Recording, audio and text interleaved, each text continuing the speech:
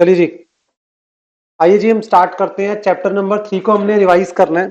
Chapter number 3 again one of the most important chapter है आपके लिए। ठीक है, अभी हमने दो चैप्टर की रिवीजन करी है। चैप्टर 1 जो हमारा क्या है, फंडामेंटल है। चैप्टर 2 जो क्या है बेटा, हमारी गुडविल है। ये दो चैप्टर हम रिवाइज कर चुके हैं। ठीक है, आज हम सबसे इंपॉर्टेंट चैप्टर रिवाइज करेंगे। चैप्टर वैसे नाम है चेंज इन पीएसआर, बट इसको हम बोलेंगे reconstitution.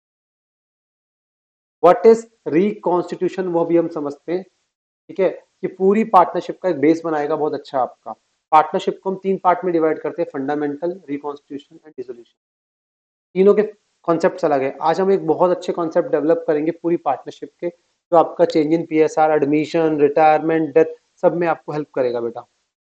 Are you getting my point?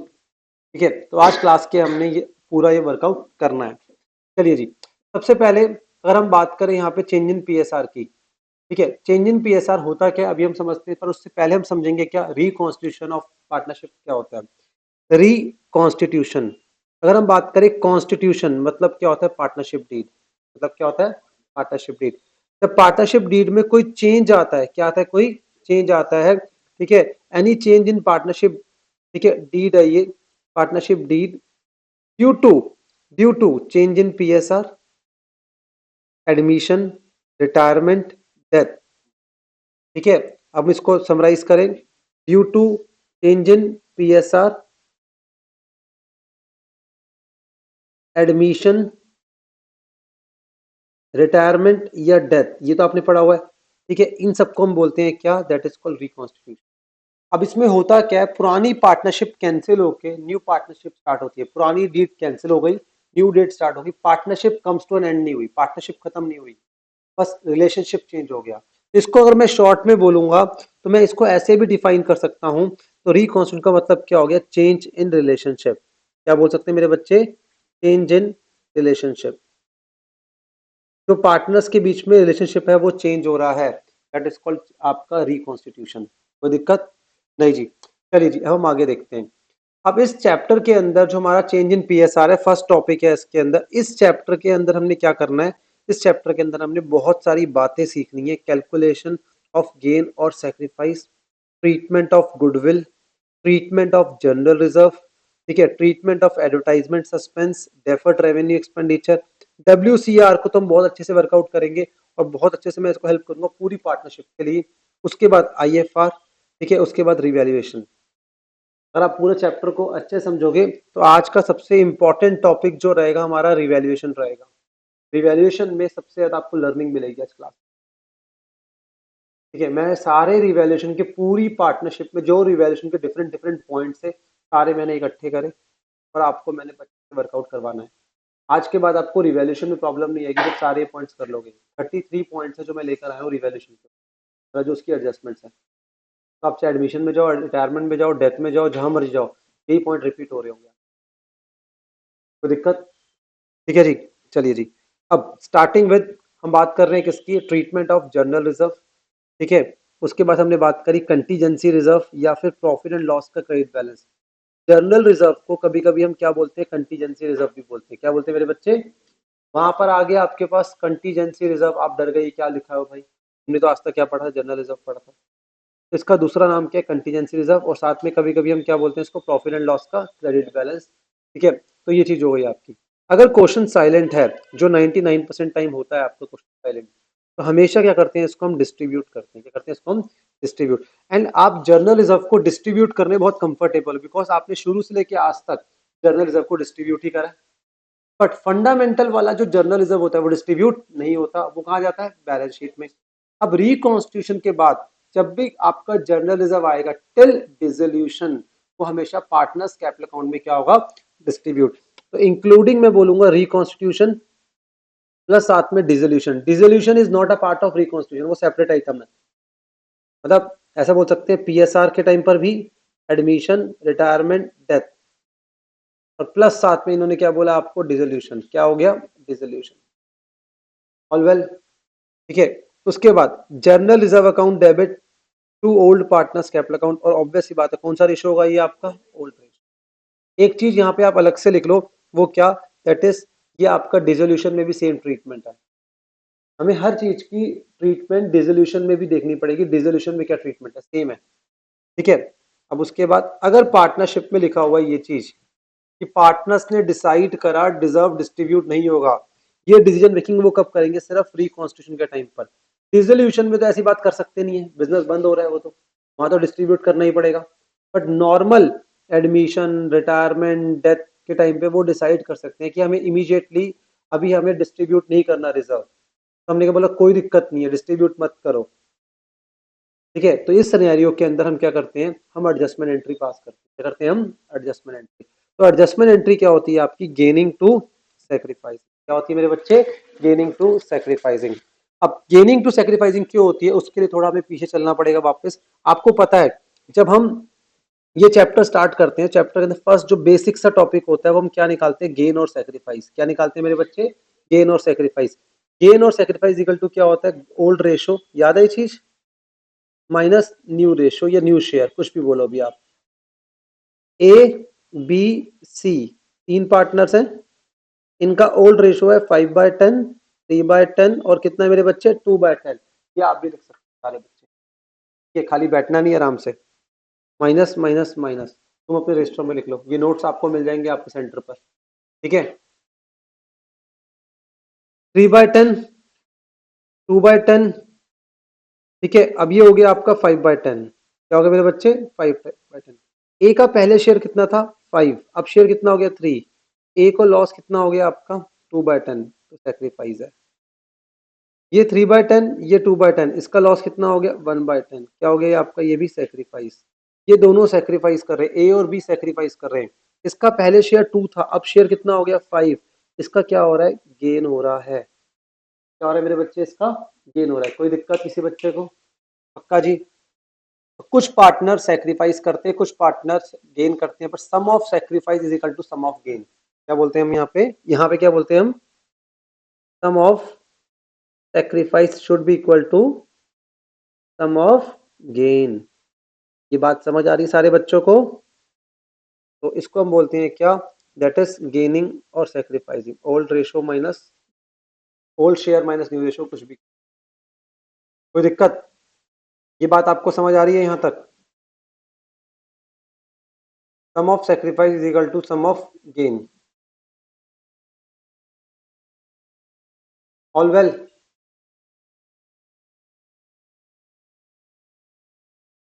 तो यहाँ पर हमने क्या देखा, यहाँ पर हमने देखा इस तरीके से हमने वर्कआउट करा, तो यहाँ गेन और सेक्रीफाइस निकाला। अब पार्टनर से डिसाइड करा है कि हमें रिजर्व्स को डिस्ट्रीब्यूट नहीं करना। क्या डिस्ट्रीब्यूट नहीं करना हमने, रिजर्व्स को डिस्ट्रीब्यूट नहीं करना।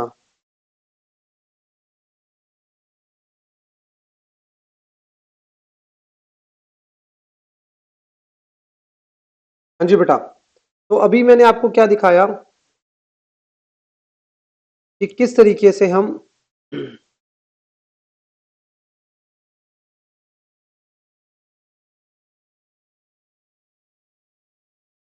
हाँ जी, अब हमने गेन और सेक्रीफाइस हमने बेटा निकाला था। हमने क्या निकाला, गेन और सेक्रीफाइस। अब गेन और सेक्रीफाइस का मीनिंग क्या है, पहले मीनिंग समझो।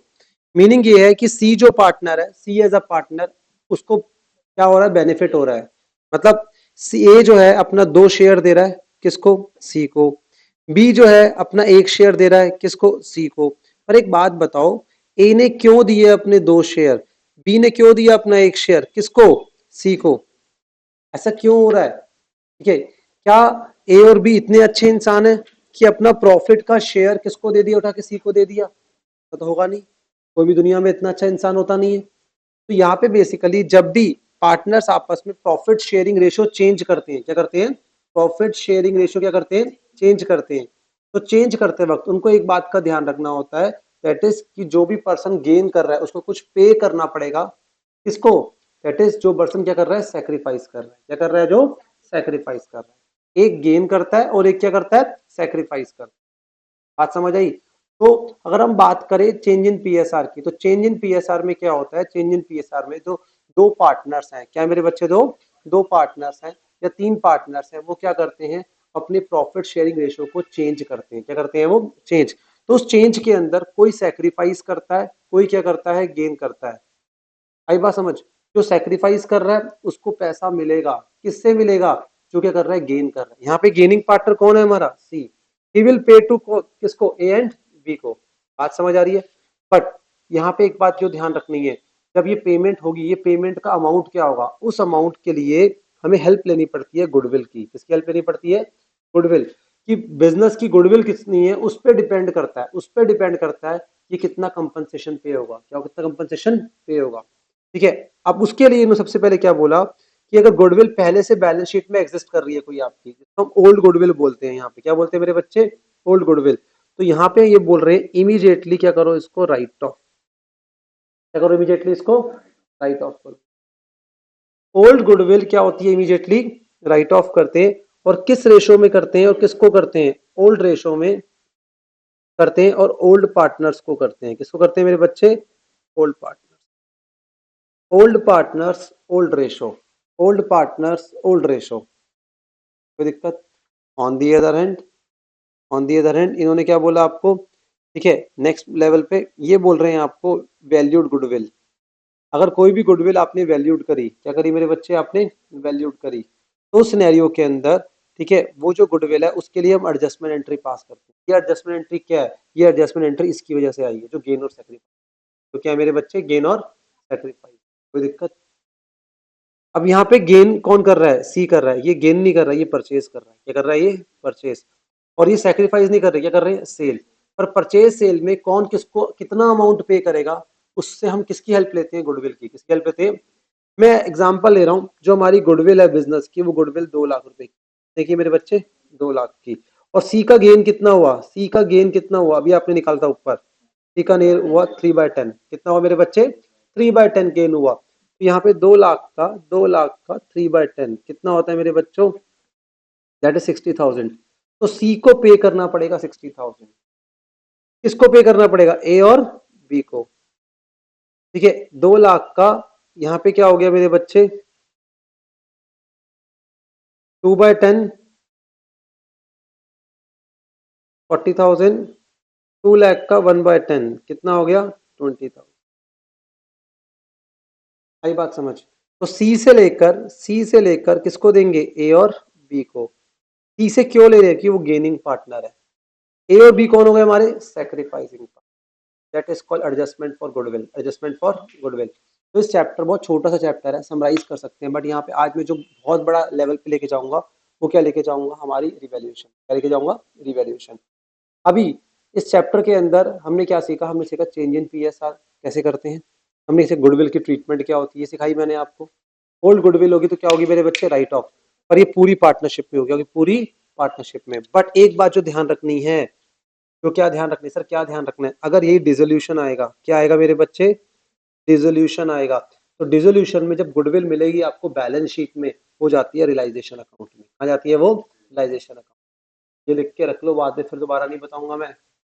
डिसोल्यूशन में जो गुडविल होती है, डिसोल्यूशन में जो गुडविल होती है, बैलेंस शीट के अंदर गुडविल गिवन है, उस गुडविल को हम कहाँ ट्रांसफर करते हैं, उस गुडविल को हम दैट इज रियलाइजेशन अकाउंट में ट्रांसफर। और गुडविल को, सॉरी क्या कहते हैं, डिसोल्यूशन को छोड़ के admission, retirement, death, change in PSR में अगर गुडविल है बैलेंस शीट के अंदर, ओल्ड गुडविल, उसको हम पार्टनर्स कैपिटल अकाउंट क्या करते हैं, पार्टनर्स कैपिटल अकाउंट में। ये आ सकता है एमसीक्यू, याद हो गया ये।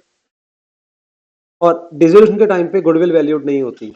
डिसोल्यूशन के टाइम पर, डिसोल्यूशन के टाइम पर गुडविल को हम वैल्यू नहीं करते। क्यों, क्योंकि बिजनेस तो बंद हो रहा है ना हमारा, बिजनेस तो क्या हो रहा है, बंद हो रहा है। उस टाइम पे गुडविल नहीं चाहिए होती है।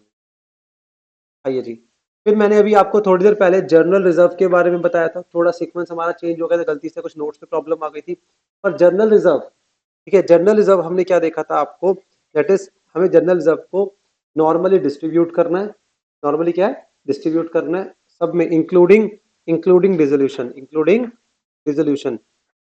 But in case of fundamental journal reserve distribute नहीं होते। और अगर पार्टनर्स ने डिसाइड करा कि जर्नल रिजर्व डिस्ट्रीब्यूट नहीं करना, जर्नल रिजर्व डिस्ट्रीब्यूट नहीं करना, तो उस सिनेरियो के अंदर हम जर्नल रिजर्व के अगेंस्ट में क्या करते हैं, एडजस्टमेंट एंट्री पास करते हैं। ठीक है, और वो एंट्री क्या होती है, गेनिंग टू सेक्रीफाइसिंग। क्या एंट्री होती है बेटा, गेनिंग टू सेक्रीफाइसिंग। और ये जो एंट्री होती है, ठीक है, इस एंट्री की वजह से जनरल रिजर्व को हम डिस्ट्रीब्यूट नहीं करते, बस उसका जो नेट इफेक्ट है वो पार्टनर्स को दे देते हैं। टेक्निकली क्या होना चाहिए, टेक्निकली ये होना चाहिए था, जब किसी पार्टनर के साथ कुछ भी आपके चेंजेस आ रहे हैं, मैं एग्जांपल देता हूँ, समझना, ए बी दो पार्टनर है, सी आने वाला है, सी आने वाला है, सी आया नहीं है, ठीक है, ए और बी के पास एक रिजर्व पड़ा हुआ है, क्या पड़ा हुआ है, एक रिजर्व। तो सी के आने से पहले वो रिजर्व डिस्ट्रीब्यूट करेंगे, क्या करेंगे, डिस्ट्रीब्यूट, तो कर भी लेना चाहिए, इस सी का तो मतलब ही नहीं है रिजर्व के अंदर। रिजर्व का मतलब क्या होता है, रिजर्व का मतलब वो प्रॉफिट है जो हमने पार्टनर्स को डिस्ट्रीब्यूट नहीं करा। और ये प्रॉफिट कब का है, पास्ट का प्रॉफिट है, कब का है, पास्ट का प्रॉफिट हमेशा ओल्ड रेशियो में डिस्ट्रीब्यूट होना चाहिए, आप ऐसे समझो, ठीक है। बट से फॉर एग्जांपल हमने डिस्कस करा कि हमने ये डिस्कस करा कि हम ये जर्नल रिजर्व डिस्ट्रीब्यूट नहीं करते, तो उसके लिए, उस केस के लिए एडजस्टमेंट एंट्री पास करेंगे। लॉजिक क्या है इसका, इसका लॉजिक क्या है, आप समझो, अगर मेरे पास आज ये रिजर्व डिस्ट्रीब्यूट होता ए बी सी में, तो ए को कितना मिलता, 50,000 है, मान लो 10-11 लाख का रिजर्व है, 50 मिलता, बी को कितना मिलता, 30 मिलता, सी को कितना मिलता, 20 मिलता। पर अगर फ्यूचर में डिस्ट्रीब्यूट करते हो ये 1 लाख, फ्यूचर में आज बटेगा कैसे, ओल्ड रेशो में, और फ्यूचर में अगर डिस्ट्रीब्यूट हुआ तो कैसे बटेगा, न्यू रेशो में। तो न्यू रेशो में कैसे मिलेगा, ए का शेयर कितना हो गया था बेटा, अभी हमने ऊपर देखा था ना, ए का शेयर कितना हो गया था, 2/10। 2/10 नहीं हुआ, सॉरी, 3/10 हो गया, 3 2 5, 3 2 और 5, इधर देखो आप। ए को मिलेगा 30,000 फ्यूचर में, बी को कितना मिलेगा 20,000, और सी को कितना मिलेगा 50,000। फ्यूचर में जब डिस्ट्रीब्यूट होगा ये वाला रिजर्व, अगर आज नहीं करते हो, तो फ्यूचर में क्या होने वाला है, फ्यूचर में ए को लॉस होने वाला है, बी को भी लॉस होने वाला है, और सी को फिर दोबारा एज यूजुअल क्या होगा, गेन। कितने गेन होगा आपका, 30,000 का। हम क्या करेंगे, बी से आज वो 30,000 ले लेंगे जो उसको गेन होने वाला है, और किसको दे देंगे, ए और बी को 20, और कॉन्सेप्ट ये है, कॉन्सेप्ट ये है कि जनरल रिजर्व टेक्निकली बढ़ना चाहिए था ओल्ड रेशो में, पर ओल्ड रेशो में अगर हम डिस्ट्रीब्यूट नहीं कर रहे हैं आज, तो फ्यूचर में डिस्ट्रीब्यूट करेंगे, और फ्यूचर में कैसे डिस्ट्रीब्यूट होगा, न्यू रेशो में। तो उसकी वजह से ए और बी को लॉस होगा उस रिजर्व का भी, तो वो भी आज ले लो, वो भी आज ले लो। एक तो गुडविल लेंगे आज उससे, गुडविल तो हमेशा क्या होती है, एडजस्टमेंट एंट्री, हमेशा क्या है, एडजस्टमेंट एंट्री क्या होती है मेरे बच्चे, गेनिंग टू सेक्रीफाइसिंग। अब आ जाओ, नेक्स्ट आओ, treatment of profit and loss का debit balance and advertisement suspense. And कभी कभी एक नाम और आएगा, डेफर्ड रेवेन्यू एक्सपेंडिचर, क्या बोलेंगे, deferred revenue expenditure, deferred revenue expenditure. अब सुनना मेरी बात, ये बैलेंस शीट में दिखेंगे आपको असेट साइड में, कहाँ दिखेंगे, बैलेंस शीट की असेट साइड में, ये लॉसेस है, क्या तीनों क्या मेरे लॉसेस हैं। टेक्निकली ये पार्टनर्स को डिस्ट्रीब्यूट कर देने चाहिए थे लॉस, जैसे प्रॉफिट डिस्ट्रीब्यूट करते हो वैसे लॉस डिस्ट्रीब्यूट होने चाहिए थे, और लॉस पार्टनर्स की अकाउंट में डेबिट करते हैं टू एडवर्टाइजमेंट सस्पेंस, किस रेशो में होगा, ओल्ड रेशो। बट से फॉर एग्जांपल पार्टनर से डिसाइड करा कि आज हमें ये लॉसेस डिस्ट्रीब्यूट नहीं करने, ये 3 मार्क्स का क्वेश्चन में आ सकता है ये वाला पॉइंट, डिस्ट्रीब्यूट नहीं करना, तो क्या आएगी, adjustment entry. But adjustment entry का मतलब क्या होता है कि पार्टनर्स कैपिटल अकाउंट में एडजस्टमेंट कर देंगे, बट पॉइंट क्या है, अब ये एंट्री उल्टी हो जाएगी, सेक्रीफाइसिंग टू गेनिंग, ये समझना है। अब जैसे मैं एग्जांपल देता हूँ, सुनना मेरी बात, ए बी सी, सेक्रीफाइस कितना करा, ए ने करा था 2 शेयर, बी ने कितने शेयर सेक्रीफाइस करे, 1, और ये शेयर किसको मिल गया था, 3। बी बड़ा खुश हो रहा है, मेरा प्रॉफिट शेयरिंग बढ़ गया, बड़ा हैप्पी था। पर कॉमन सेंस लगाओ, यहाँ पे तो बिजनेस में प्रॉफिट था ही नहीं, क्या था, लॉस था। जब उसका शेयर बढ़ गया तो शेयर ऑफ लॉस बढ़ गया, शेयर ऑफ लॉस। एंड सी हैरान हो जाएगा, अरे तुमने तो मुझे बेवकूफ बना दिया, ज्यादा प्रॉफिट, ज्यादा शेयर देकर उल्टा लॉस का शेयर मेरा बढ़ा दिया। अरे नहीं जी, मैं भी नहीं मानूंगा, जैसे तुम नहीं मानते पहले, आई बात समझ। और जो सेक्रीफाइसिंग पार्टनर तुम्हें लग रहे हैं, जो तुम्हें क्या लग रहे हैं, सेक्रीफाइसिंग पार्टनर तुम्हें लग रहे हैं, ए और बी, अब वो सेक्रीफाइसिंग नहीं, एक टेक्निकली वो गेनिंग है वो, उनका लॉस का शेयर कम हो गया, क्या हो गया उनका। अगर मान लो लॉस होता है ये, तो इसको मिलता 50,000, इसको कितना मिलता 30,000, इसको कितना मिलता 20। अब फ्यूचर में क्या होगा, ये लॉस, इसको मिलेगा 30, इसको मिलेगा 20, इसको मिलेगा 30, तो इसको 20,000, सॉरी 50, इसको 30,000 ज्यादा लॉस मिलने वाला है फ्यूचर में। तो ये लॉस अब किससे ले लेगा भी, ए और बी से। जो हमें सेक्रीफाइसिंग पार्टनर लग रहे हैं वो एक्चुअल में गेनिंग हो गए हैं। एक्चुअल में क्या है, इसलिए बस हम लिख ऐसा रहा है सेक्रीफाइसिंग टू गेनिंग, क्योंकि हमने गेनिंग का मतलब माइनस समझा है। हम लिख ऐसा रहे हैं, और वो एक्चुअली में जो सेक्रीफाइसिंग वाला है वो गेनिंग हो गया, गेनिंग वाला क्या हो गया अब सेक्रीफाइसिंग। मतलब मैं आपकी पार्टनरशिप में फर्म में आया, ऐसा सोचो मैं आया, ठीक है, आपके पास कुछ लॉसेस थे, और अब आपने वो लॉसेस पहले से राइट ऑफ नहीं करे, मतलब खत्म नहीं करे, और मेरे आने के बाद तुम क्या बोल रहे हो मुझे, ये लॉसेस भी में आप शेयर लोगे बिकॉज आप हमारे पार्टनर हो। मतलब ये लॉस उस टाइम पीरियड का जब मैं वहां पर था ही नहीं, तो मैं वहां पे प्रेजेंट ही नहीं था, तो मुझे वो लॉस क्यों दे रहे हो भाई। ना मैं वहां का प्रॉफिट लूंगा, ना वहां का मैं लॉस लूंगा। टेक्निकली पहले डिस्ट्रीब्यूट कर लो, जो हम करते हैं, जो हम करते हैं पहले डिस्ट्रीब्यूट हम करते हैं। मेरी बात समझ आ रही है मेरे बच्चे। अगर डिस्ट्रीब्यूट करने का भी मन नहीं है कि बैलेंस शीट को खराब नहीं करना, तो एडजस्टमेंट एंट्री पास करते हैं। क्या करते हैं हम, एडजस्टमेंट एंट्री। मुझे आज बताओ यहाँ तक कॉन्सेप्ट क्लियर है, पक्का बेटा आपको क्लियर है, पक्का। कैसा वाला ऐसा ही है, थोड़ा सा मुझे ऐसा लग रहा है डाउन डाउन सा, यस में भी दम होना चाहिए ना, ठीक है, यस सर, यस ही थका हुआ है। चलो जी, आइए जी। यस सर, मैं अभी शादी अटेंड करके आई हूँ, अब यहाँ पर अब फिर आप और आग स्टार्ट हो गए सर, इतने अच्छे दिन चल रहे थे सर, नालायक। चलो जी, आइए जी। हाँ जी, treatment of workman compensation reserve, treatment of workman compensation reserve. अब इनके साथ क्या होता है, treatment of workman compensation reserve. हम 50,000 का रिजर्व है हमारे पास, इसकी ट्रीटमेंट क्या होगी, अब ध्यान से सुनना, इसी में बहुत सारे कनेक्शन जोड़ूंगा मैं आज, प्रोविजन फॉर डाउटफुल डेट भी समझा, तो दिक्कत, ठीक है, डन।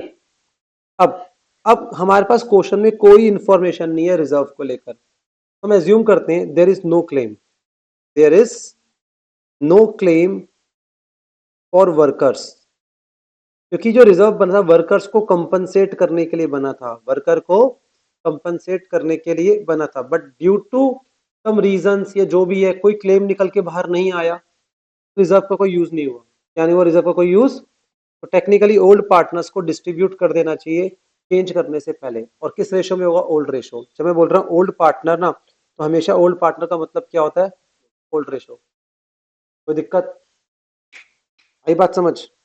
अब उसके बाद क्या हुआ, अगर मान लो वर्कमैन कंपनसेशन रिजर्व कितना था, 50,000, पर उसके अगेंस्ट पेमेंट कितनी करनी है, 20। तो इस सिनेरियो के अंदर आप ध्यान देना, मैंने क्या लिखा है 50, तो 50,000 तो यहीं आएगा, पर पेमेंट कितनी करनी है, आई थिंक कितनी थी ऊपर, 20 थी ना पेमेंट, बाकी रिमेनिंग 30,000 डिस्ट्रीब्यूट कर देंगे पार्टनर्स को, old partner in their old. But on the other hand, अगर हमारे पास रिजर्व है 30 का, और वर्कमैन कंपनसेशन क्लेम जो निकल के आ गया, वो आ गया कितने का आया मेरा बच्चा, 60 का, तो यहाँ पे रिजर्व तो 50 का ही था हमारे पास, और पेमेंट कितनी करनी है, 60। बाकी का 10,000 हम कहाँ डालते हैं, रिवैल्यूएशन में, कहाँ डालते हैं। हालांकि रिवैल्यूएशन का जो लॉस होगा वो पार्टनर्स कैपिटल अकाउंट में ही जाता है, उसका इफेक्ट अल्टीमेटली हो ही वो रहा है, पर इसने रूट थोड़ा अलग ले रखा है। अच्छा, ऑन दी अदर हैंड, अब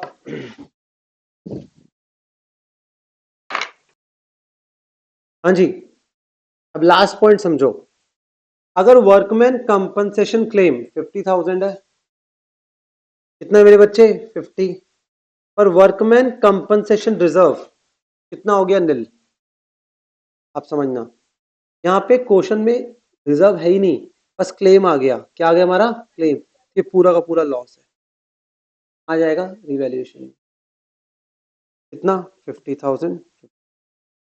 कोई दिक्कत, मैं 4 केस बना दिए आपके लिए, यहाँ तक लिखा। अब समझो मेरी बात, अगर यही वर्कमैन कंपनसेशन रिजर्व डिसोल्यूशन में आता है, आता है डिसोल्यूशन में, अगर कोई उसके अगेंस्ट क्लेम नहीं है, तो ये as usual partners capital account में जाएगा, आ जाएगा पार्टनर्स, सेम एंट्री क्या होगी हमारे पास, सेम। अगर इसके अगेंस्ट कोई क्लेम था, ठीक है, सेम सेम वही है कि 50,000 का रिजर्व है, क्लेम कितना है, 20, तो एंट्री होती है, ध्यान देना, workman compensation reserve 50 to workman compensation claim को हम ट्रांसफर करते हैं रियलाइजेशन अकाउंट, कहाँ डालते हैं, realization account to old partners, कितना हो गया, 30। रियलाइजेशन, डिसोल्यूशन के टाइम पे रिवैल्यूएशन अकाउंट बनता है क्या? मैं क्या पढ़ा रहा हूं अभी? डिसोल्यूशन पढ़ा रहा हूं ना। बस ये ध्यान रखना है, एंट्री वही आएगी। अब वो कहां जाएगा? रियलाइजेशन अकाउंट में। ये क्लेम की जगह वर्ड क्या लिखेंगे? Realization account. अब सुनो, सेम, अगर हमारा रिजर्व कम है और क्लेम ज्यादा है, रिजर्व कम है और क्लेम ज्यादा है, वर्कमैन कंपनसेशन रिजर्व कितना है? 50। कितना है मेरे बच्चे? 50। अब यहां पे जाएगा, सॉरी, पूरा का पूरा अमाउंट जो जाएगा टू रियलाइजेशन में, कितना? 50। Workman compensation reserve to realization 50, ध्यान रखो। फिर उसके बाद realization to, relation to cash, 50 थोड़ी, पेमेंट कितने की होगी? 60 की। कितने की होगी? 60, बिकॉज क्लेम कितने का था? ये बात आपको ध्यान रखनी है अच्छे से। ये बात हालांकि वहां पे भी बताऊंगा एक बार मैं आपको, पर फिलहाल के लिए अभी के लिए साथ साथ कनेक्टिविटी है तो कनेक्शन जोड़ रहा हूं मैं। अब सेम, अगर खाली रिजर्व था नहीं तो क्लेम निकल के आ गया डिसोल्यूशन के टाइम पर। किस टाइम पर? डिसोल्यूशन के टाइम पर। तो डिसोल्यूशन के टाइम पर क्लेम आता है, तो क्लेम डायरेक्टली कहां जाएगा? Realization to cash. Relation to cash, जितना भी था 50,000, मतलब डायरेक्ट ये एंट्री हो जाएगी। थोड़ा ट्रीटमेंट अलग है रिजर्व के टाइम पर, तो आपको याद करना है ट्रीटमेंट अच्छे से मेरे साथ। अब आ जाओ treatment of IFR. Treatment of IFR, if there is no, IFR होता क्यों है? पर्पस बताओ पहले आईएफआर का। आईएफआर का पर्पस क्या है पहले ये बताओ आप। आईएफआर का पर्पस क्या है? आईएफआर का पर्पस ये है, इन्वेस्टमेंट फ्लक्चुएशन रिजर्व का पर्पस ये है कि इन्वेस्टमेंट की अगर वैल्यू में क्या होता है, कोई डिक्रीज होता है, क्या होता है? कोई डिक्रीज होता है, उस डिक्रीज को रिकॉर्ड करने के लिए, उस डिक्रीज को रिकॉर्ड करने के लिए, बहुत सिंपल है। इसका मतलब इन्वेस्टमेंट की वैल्यू में अगर इंक्रीज होगा, क्या होगा? इन्वेस्टमेंट क्या होगी? अगर इंक्रीज होगी तो आईएफआर यूज ही नहीं होता, आईएफआर यूज नहीं होता। अगर कोई इंफॉर्मेशन नहीं है, इफ देयर इज नो है ये word, if there is no information, अगर हमारे पास कोई इंफॉर्मेशन नहीं है, IFR account debit to old partners, IFR account debit to old partners.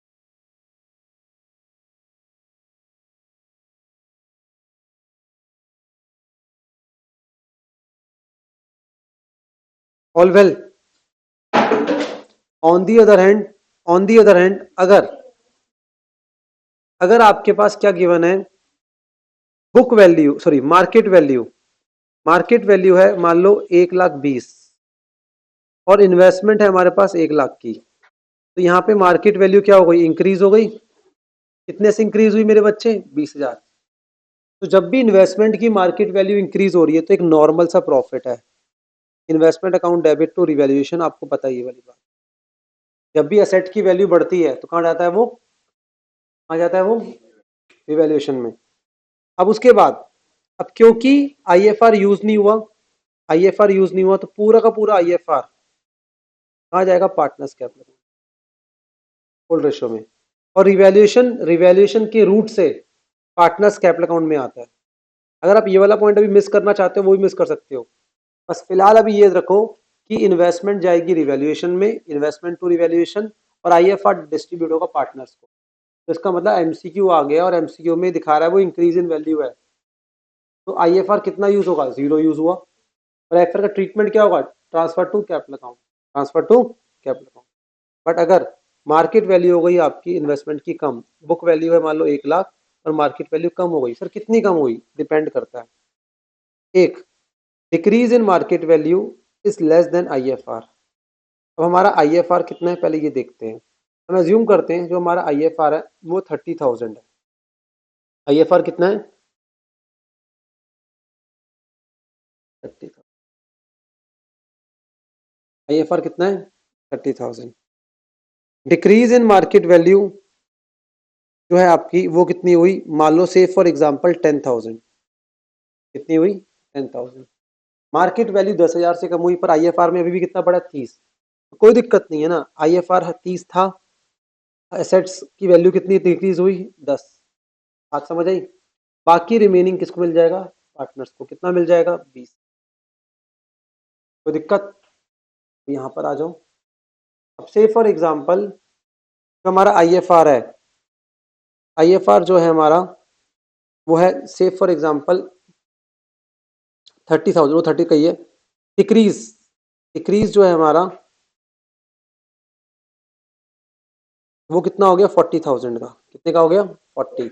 Investment की वैल्यू डिक्रीज हो गई 40,000 से, पर IFR जो था हमारा 30,000 है। तो इस सिनेरियो के अंदर हम IFR में कितना लेंगे, IFR में 30 ले पाएंगे, पर यहाँ पे इन्वेस्टमेंट की वैल्यू डिक्रीज कितनी हुई 40, और 10,000 कहाँ आ गया, रिवैल्यूएशन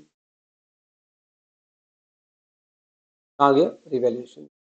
वर्कमैन कंपनसेशन रिजर्व में भी हमने ये करा था, अगर क्लेम कम है तो बाकी रिमेनिंग पार्टनर्स को मिलता है, अगर क्लेम ज्यादा है कहाँ जाता है वो, रिवैल्यूएशन। IFR हमने किसके लिए बनाया, IFR के अगेंस्ट कोई पेमेंट नहीं होती, सिर्फ इन्वेस्टमेंट की वैल्यू डिक्रीज ना हो उसके लिए बनाया होता है। अब इन केस ऑफ डिसोल्यूशन बहुत सिंपल है, डिसोल्यूशन के केस में जो भी IFR होगा वो सिर्फ रियलाइजेशन अकाउंट में जाता है, आ जाता है सिर्फ रियलाइजेशन अकाउंट। बाकी एडमिशन रिटायरमेंट डेथ पे सेम ही है, वहां पे चेंज नहीं है, बस डिसोल्यूशन में अलग है, सिर्फ रियलाइजेशन में जाएगा और कोई ट्रीटमेंट नहीं है IFR की। किसकी बात कर रहा हूं मैं यहाँ पे, IFR। याद हो गया, सुनो मेरी बात। नेक्स्ट क्या बोल रहे हैं वो, if there is no IFR in the balance sheet, अगर बैलेंस शीट में IFR नहीं है और चेंज हो रहा है इन्वेस्टमेंट की वैल्यू में, सर वो जो भी चेंज होगा कहाँ जाएगा, रिवैल्यूएशन, कहाँ जाएगा, रिवैल्यूएशन। बात समझ आ रही है ये वाली,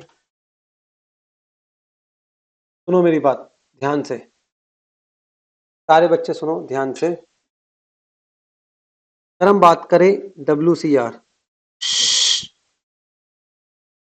WCR कब कब आएगा, एक तो आएगा change in PSR, admission, retirement, death, और एक आएगा डिसोल्यूशन के टाइम पर। किस पर आएगा, डिसोल्यूशन के। अगर WCR अकाउंट डेबिट, इधर देखो 50,000,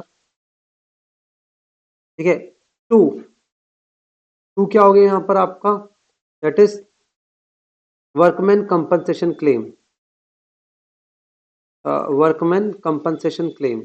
अब रुक जाओ, इधर देखो ध्यान से, WCR 50,000 का है, क्लेम क्या है, 0 है, सारा का सारा किसको मिल जाएगा, ओल्ड पार्टनर्स को। WCR कितना है मेरा मेरे बच्चों, 50,000, क्लेम है 30,000, पार्टनर्स को कितना मिलेगा 20। अब याद हो गया, WCR कितना है मेरे बच्चों आपका 50 का, क्लेम कितना है 60, यहाँ पे जो भी आएगा वो कहाँ जाएगा, इवैल्यूएशन। कितना, अगर फोर्थ WCR है ही नहीं, क्लेम आ गया 50,000, तो सारा क्या 50,000 कहाँ जाएगा, याद हो गया, पक्का जी, गलती तो नहीं करोगे, ठीक है। तो ऐसे मैंने आपके लिए अच्छे से बना दिया, कोई दिक्कत, समराइज कर दिया इसको। अब डिसोल्यूशन की बारी आ गई, डिसोल्यूशन के टाइम पर आपके पास अगर WCR आता है, सुनो, workman compensation reserve to realization to old partners, ध्यान देना, WCR 50,000 है, कोई इन्फॉर्मेशन नहीं है, कोई इन्फॉर्मेशन नहीं है, पेमेंट कुछ नहीं करनी, नो क्लेम, 50,000 किसको मिल जाएगा, 50,000 का WCR है, ठीक है, उसके अगेंस्ट पेमेंट करनी है 30, बाकी 20 किसको मिल जाएगा, पार्टनर्स को। 50,000 का WCR है, समझना, पर पेमेंट कितनी करनी है 60, तो WCR 50 का है तो 50 पे 50 ही जाएगा, यहाँ पर पार्टनर्स को भूल जाओ अभी फिलहाल, और उसके बाद यहाँ पे रिकॉर्ड करोगे रियलाइजेशन टू कैश करके, कितना, अरे नालायक 60, तो पेमेंट 60 होनी है, 60 रिकॉर्ड करोगे ना, बात समझ आई। अब उसके बाद WCR में कितना है 60 है, सॉरी WCR में कुछ है ही नहीं, तो यहाँ से यहाँ की एंट्री तो खत्म हो गई, तो डायरेक्ट एक की एंट्री होगी, मतलब अनरिकॉर्डेड लाइबिलिटी है, पेमेंट करनी है, लॉस हो गया, क्या हो गया हमारा, लॉस। अब याद हो गया बढ़िया से, पक्का, यस तो ठीक से बोल दो बेटा, लिखना है जल्दी लिखो इसको, लिख लो बेटा, आप भी लिख लो बेटा, तो मुझे ऐसा लग रहा है, पहले मुझे बताओ यहाँ तक ठीक है एकदम, ऑल वेल। अब एक एक चीज और सीख लेते हैं जल्दी से, अगर तो मुझे अलाउ करो तो हम जल्दी से सीखते हैं इन्वेस्टमेंट फ्लक्चुएशन। क्या सीखते हैं? Investment fluctuation. ये याद हो गया पूरा?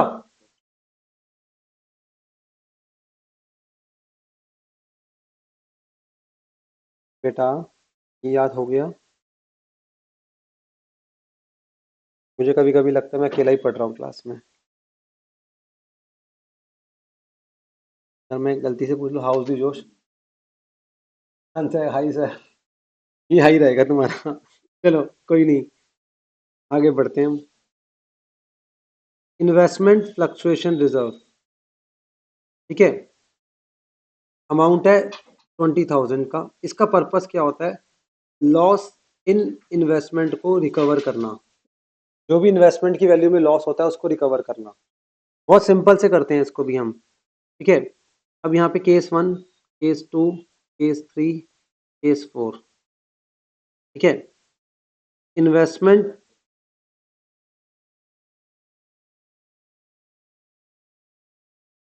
ठीक है।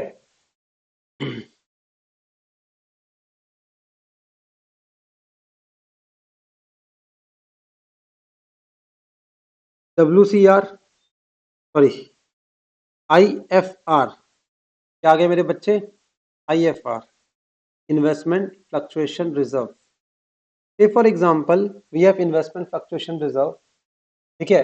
वो जो रिजर्व है हमारे पास 50,000 का है, ठीक है। उसके अगेंस्ट में सबसे पहले कोई क्लेम नहीं है, मतलब इन्वेस्टमेंट की वैल्यू कोई डिक्रीज ही नहीं हुई, तो पूरा का पूरा किसको मिल जाएगा?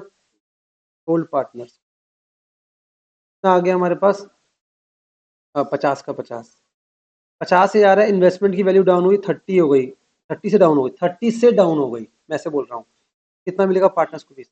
50 की जगह वैल्यू उनकी डाउन हो गई 60 से, यहाँ पे हमें क्या लेना पड़ेगा? इवैल्यूएशन। कितना? 10।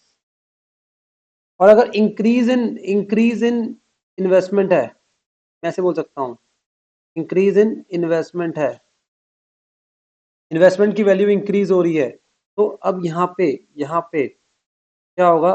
कुछ भी नहीं होगा ये फार में, सॉरी, यहाँ पे आपका जितना भी 50,000 पूरा का पूरा पार्टनर्स को डिस्ट्रीब्यूट हो जाएगा। और जो इन्वेस्टमेंट की वैल्यू अलग से इंक्रीज हुई है उसको क्या डालेंगे हम? क्या? Investment to revaluation, investment to revaluation. याद हो गया ये चीज? ठीक है, तो बस अब ये काम करते हैं, आगे बढ़ते हैं जल्दी से। ऑल वेल, अब आ जाओ, अब आ जाओ रिवैल्यूएशन अकाउंट, ठीक है। वैसे तो आप सब जानते हो रिवैल्यूएशन अकाउंट जो बनता है वो बनता है at the time of reconstitution, at the time of reconstitution, मतलब एडमिशन, रिटायरमेंट, डेथ में देखोगे। पर डिसोल्यूशन के टाइम पर इसके बदले हम क्या बनाते हैं? Realization account. क्या बनाते हैं मेरे बच्चे? रियलाइजेशन। यहाँ पर जो होता है, जो भी इंक्रीज या डिक्रीज हुआ है इन असेट्स और लाइबिलिटीज, उसको रिकॉर्ड करते हैं, उनकी वैल्यू में इंक्रीज या डिक्रीज को। पर डिसोल्यूशन के अंदर हम क्या करते हैं? जो भी, ठीक है, असेट्स और लाइबिलिटी को हम क्या करते हैं? सेल और रीपेमेंट, सेल करते हैं और क्या करते हैं? हम यहाँ पे पेमेंट्स करते हैं, बिकॉज बिजनेस क्या हो रहा है? बंद। जब सेल करते हैं और पेमेंट करते हैं, उसमें जो प्रॉफिट और लॉस हो रहे हैं वो ऑटोमेटिक रिकॉर्ड होते हैं, हम डिफरेंस नहीं देखते, वो ऑटोमेटिक क्या हो रहे होते हैं? रिकॉर्ड हो रहे होते हैं। यहाँ पे हमें डिफरेंस देखना होता है। क्या देखना होता है हमें? डिफरेंस। जो भी डिफरेंस आया वो रिकॉर्ड होगा, ठीक है। तो इसलिए हम क्या बोलेंगे? कभी भी कोई असेट की वैल्यू इंक्रीज हो रही है तो वो प्रॉफिट होता है, वैल्यू क्या हो रही है हमारी? डिक्रीज, तो क्या होता है मेरे बच्चे? वो लॉस होता है। वैल्यू इंक्रीज हो रही है, डिक्रीज हो रही है, तो क्या है मेरे बच्चे? लॉस। वैल्यू इंक्रीज हो रही है तो क्या हो गया? वो। लाइबिलिटीज में उल्टा हो जाता है, लाइबिलिटीज इंक्रीज हो रही है तो लॉस, और डिक्रीज हो रही है तो प्रॉफिट। याद करो कैश फ्लो स्टेटमेंट, हमने प्लस करा था डिक्रीज इन असेट्स, याद है, एंड इंक्रीज इन लाइबिलिटी, और हमने माइनस करा था इंक्रीज इन असेट्स और डिक्रीज इन लाइबिलिटी। याद आ रहा है कुछ कुछ? आप तो समझ जाओ ना अच्छे से। तो मतलब ये अपोजिट साइड पे, अपोजिट जब होंगे तब ये एक साइड आएंगे, मतलब असेट इंक्रीज होगा तो प्रॉफिट है, क्या है मेरा? वो प्रॉफिट है। तो लाइबिलिटी क्या होनी चाहिए? डिक्रीज, ठीक है। तो प्रॉफिट्स हम क्रेडिट साइड में लेते हैं। On the same, at the same time what you have to take care, unrecorded assets, कोई भी हमारे अनरिकॉर्डेड असेट्स होते हैं वो प्रॉफिट है, पर अनरिकॉर्डेड लाइबिलिटी वो क्या? हमारी लॉस है। मतलब कोई भी असेट्स या कोई भी लाइबिलिटी जो पहले से रिकॉर्ड नहीं थी, जो पहले से रिकॉर्ड नहीं थी, अब उसको रिकॉर्ड करना पड़ रहा है। क्या करना पड़ रहा है? रिकॉर्ड करना पड़ रहा है। तो ये सब बातें हो गई। अब अगर हमारी क्रेडिट साइड ज्यादा है, आपको पता होना चाहिए, तो डेबिट साइड में बैलेंस बचेगा, तो ये क्या होता है? प्रॉफिट। डेबिट साइड ज्यादा है तो बैलेंस यहाँ बचेगा, तो क्या बोलते हैं इसको हम? लॉस। क्या बोलते हैं इसको हम? लॉस। कोई दिक्कत? All well? डन? ठीक है, अब आ जाओ।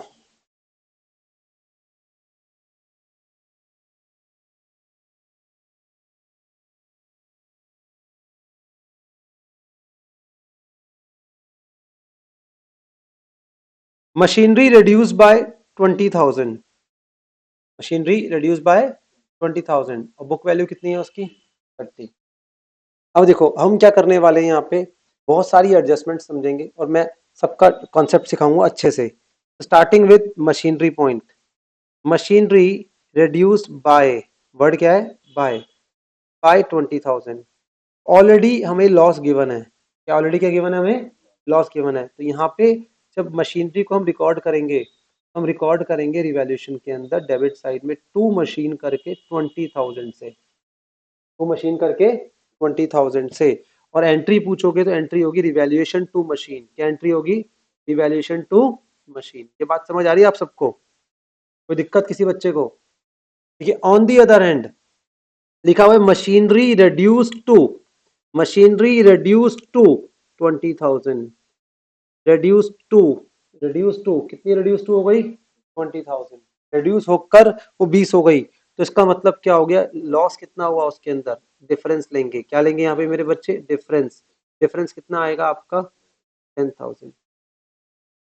डिफरेंस कितना आएगा मेरे बच्चों? 10,000। कोई दिक्कत? Are you sure? अब यहाँ पे एंट्री क्या होगी आपकी? Evaluation account debit, sorry sorry, यहाँ पे हो जाएगा आपके पास मशीन जब हम एंट्री करेंगे यहाँ पर रिवैल्यूएशन टू मशीन करके, बस कितना आएगा यहाँ पे? 10,000। कितना आएगा? एंट्री वही होगी, बस मैंने यहाँ पे टू और बाई का डिफरेंस बताया, टू और बाई का। बाय में ऑलरेडी रिड्यूस आपको डिफरेंस दे रखा है, यहाँ पे डिफरेंस आपको निकालना पड़ेगा। ये बात समझ आती है? कोई दिक्कत नहीं? Creditors of 5,000 is not likely to be claim and hence return back. अब वर्ड क्या लिखा है? Return back. वर्ड क्या लिखा है? Return back. तुम्हारी लाइफ में दो वर्ड आएंगे, एक आएगा रिटर्न ऑफ और एक आएगा रिटर्न बैक। जनरली क्या होता है? रिटर्न ऑफ जो होता है वो एक्सपेंसेस का होता है, तो इसलिए वो लॉस होता है। और रिटर्न बैक जो होता है, मैं बोल सकता हूँ रिटर्न ऑफ एसेट्स का होता है, यहाँ के लिए क्या बोल सकता हूँ? एसेट्स का होता है। और रिटर्न बैक कौन होता है? रिटर्न बैक आपका क्या होता है? लाइबिलिटीज। क्या होती है हमारी? लाइबिलिटीज। तो क्या होती है वो? प्रॉफिट होती है। क्या होती है मेरे बच्चे? प्रॉफिट। तो एक क्रेडिटर्स है जिसको 5,000 देना है और अब उसको हम नहीं दे रहे, उसको हम नहीं दे रहे, तो एंट्री क्या होगी इसकी आपकी? Creditors to revaluation.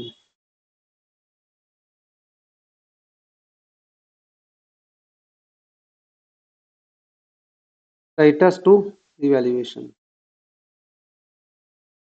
पहले मुझे बताओ, कोई दिक्कत? All well? क्रेडिटर्स टू रिवैल्यूएशन। समझ आई ये वाली बात? अबाउ next. Expenses of 2,000 was paid by firm for getting the value of land and building certified by engineer। जो लैंड एंड बिल्डिंग की हमने वैल्यूएशन करनी होगी, अब वैल्यूएशन हम खुद थोड़ी लगाएंगे उसकी, कोई हम इंजीनियर को बुलाएंगे, आर्किटेक्ट को बुलाएंगे, वो आर्किटेक्ट आके उस बिल्डिंग की न्यू वैल्यू निकाल के देगा हमें, वो सर्टिफिकेट इशू करेगा। ऐसे थोड़ी हमारा मन कर दिया हमने ये कर दिया, 10,000 वैल्यू बढ़ गई, 20,000 बढ़ गई, कैसे बढ़ी भाई? आपने कैसे जज करा 1 लाख की वैल्यू बढ़ गई? तो you have to appoint certain architects. वो आर्किटेक्ट्स आते हैं एंड वो अपनी एक सर्टिफिकेशन करते हैं और फिर वो हमें, हमारे लिए क्या होता है? एविडेंस होता है कि इतनी वैल्यू बढ़ी। समझा? तो उसमें खर्चा होता है ना, फ्री में तो करेगा नहीं वो। अब रिवैल्यूएशन का जो भी खर्चा होगा कहाँ जाएगा? रिवैल्यूएशन में। कहाँ जाएगा? रिवैल्यूएशन में। एंट्री क्या करेंगे इस चीज की? Revaluation to cash. Revaluation to cash कितना आएगा? 2,000, 2,000। अब कॉमन सेंस है कि रिवैल्यूएशन को डेबिट करा है, तो रिवैल्यूएशन के डेबिट साइड में क्या आएगा? टू कैश करके। क्या आएगा? टू कैश करके। तो ये लॉस हो गया। क्या हो गया मेरे बच्चे? ये loss। कोई दिक्कत? एंट्री समझ आ गई इसकी? अब आओ, value of furniture is to be brought up to 120% of its book value. यानी एक वैल्यू ऑफ फर्नीचर है जिसको हमने 120%, अगर 120% कर दिया उसकी बुक वैल्यू से, बुक वैल्यू ऑलरेडी कितनी है 50, तो इसका मतलब इंक्रीज इन फर्नीचर कितना हुआ ये बताओ, इंक्रीज इन फर्नीचर कितना हुआ जल्दी बताओ? 20%। कितना हुआ? 20% ऑफ व्हाट? 50,000। कितना आया ये? 10,000। 50,000 का 20% कितना हो गया? अब आओ, machinery taken by partner 80,000, book value कितनी है उसकी 60। ठीक है, हमारी एक मशीनरी 60 की थी, एक पार्टनर लेके चला गया, पार्टनर कितने में लेके गया उसको बेटा?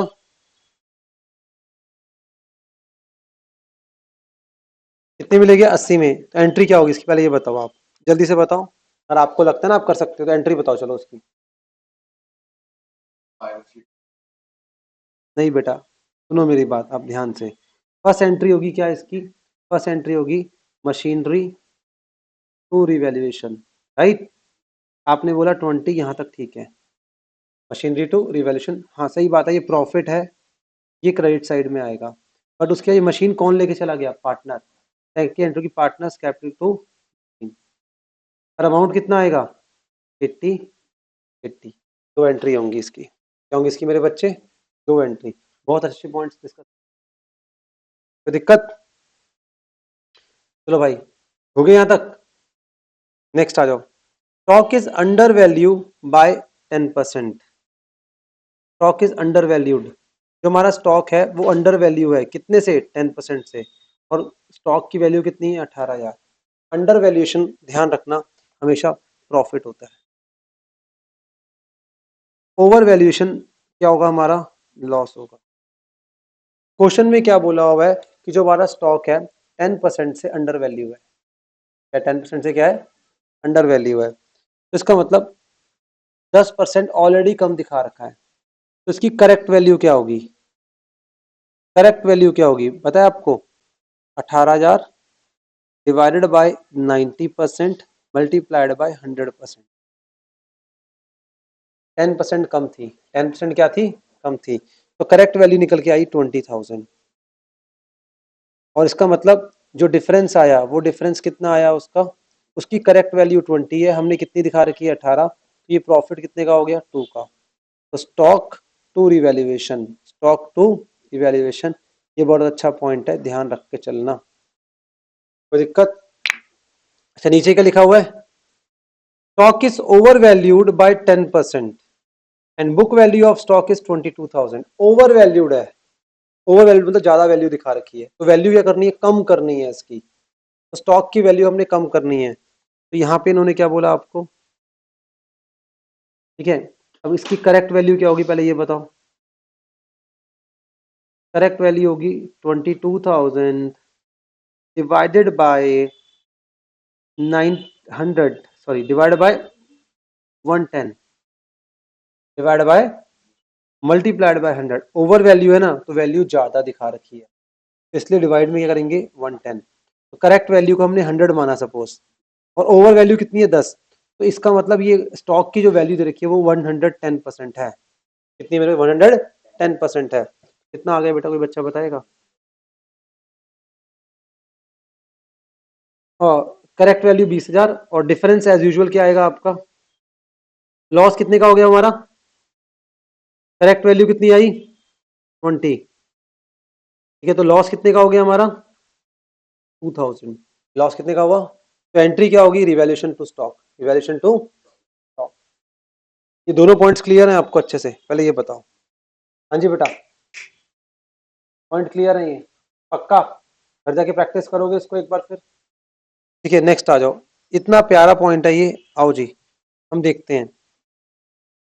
1/3 of the machinery is taken by partner for 30,000 and balance revalued 56 and book value of machine 72,000। Machine की बुक वैल्यू कितनी है? 72,000। अब ध्यान देना यहाँ पर,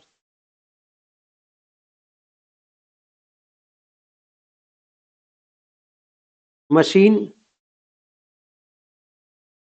30,000 है, ठीक है, अरे सॉरी, मशीन है 72,000 की, मशीन कितने की है? 72,000।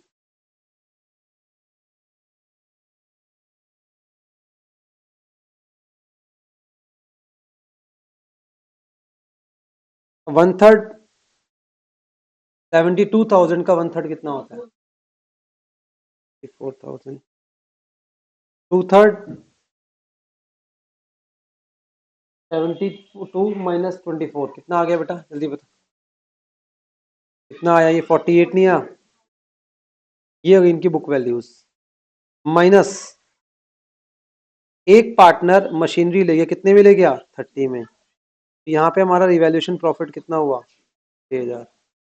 बाकी रिमेनिंग की हमने वैल्यूएशन कितनी लगाई? 54,000। यहाँ पे प्रॉफिट कितना हो गया? 6,000, राइट?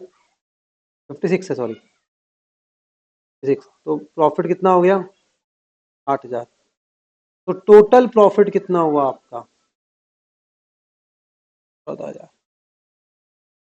रिवैल्यूएशन प्रॉफिट कितना हुआ? 14,000।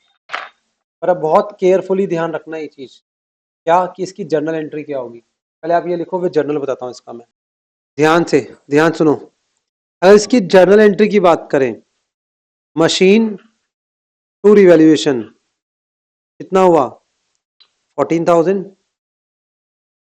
उसके बाद जो पार्टनर लेकर गया मशीन, इसमें से कौन लेके गया पार्टनर? मान लो कोई भी है partner, capital account to machine, पर वो कितनी मशीन लेकर गया? 30,000 की। कितने ले गया वो? 30। तो पार्टनर्स कैपिटल अकाउंट में मैं ऐसे बोल सकता हूँ, रिवैल्यूएशन में आएगा 14,000, पार्टनर्स कैपिटल अकाउंट में डेबिट साइड में कितना आएगा? 30,000। यस और नो? अब समझ आ गया ये वाला पॉइंट? सारे मैंने पॉइंट्स टीएस ग्रेवाल से उठाए, एक एक पॉइंट पिक करा है, ठीक है, जो अच्छे अच्छे पॉइंट्स है सारे बाहर निकाल लिए एकदम। बस ये सारी रिवैल्यूएशन के पॉइंट्स पढ़ के जाने अपने एग्जाम। बाकी बेसिक पॉइंट तो मैं आने चाहिए, मैं एज्यूम कर रहा हूँ।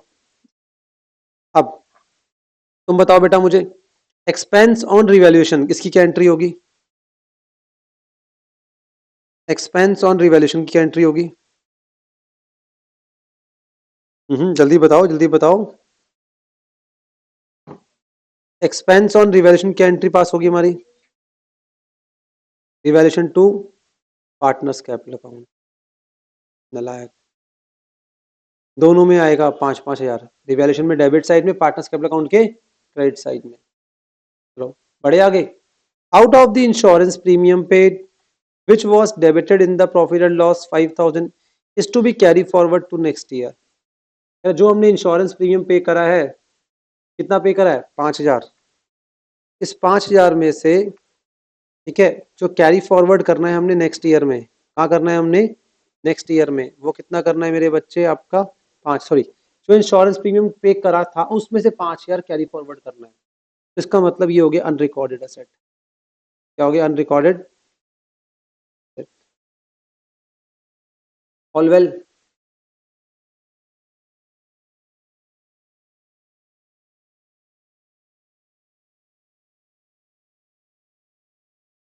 अनरिकॉर्डेड एसेट हो गया। क्या हो गया? Unrecorded asset.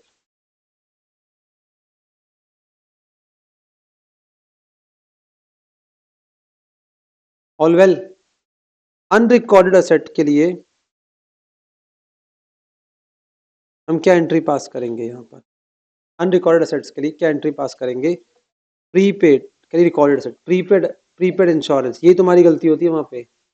Account debit to revaluation, journal entry आ गई ना, तुम जर्नल एंट्री को तो मतलब ऐसे कर दोगे, मजाक उड़ा दोगे उसका। रिकॉर्डेड एसेट अकाउंट डेबिट, क्या बोलेंगे? Prepaid insurance.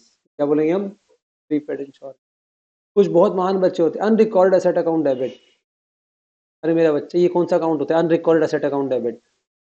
भाई अब तो रिकॉर्ड कर दिया, अब तो रिकॉर्ड कर दिया, अब क्यों बोल रहे हैं अनरिकॉर्डेड उसको? अब बोलोगे प्रीपेड इंश्योरेंस टू रिवैल्यूएशन। थोड़ी बेइज्जती भी जरूरी है लाइफ में।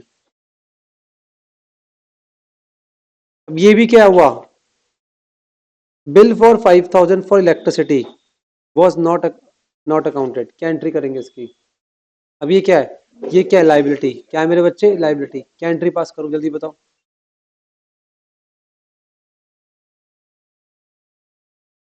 प्रीपेड एक्सपेंस टू रिवैल्यूएशन, बहुत अच्छी बात है बेटा, आपके लिए मेरे को कुछ सर्टिफिकेट देना पड़ेगा ये कुछ अलग से। नेक्स्ट आ जाओ।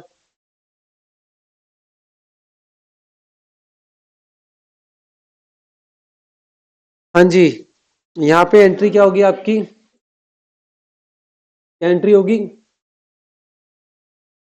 नालायक।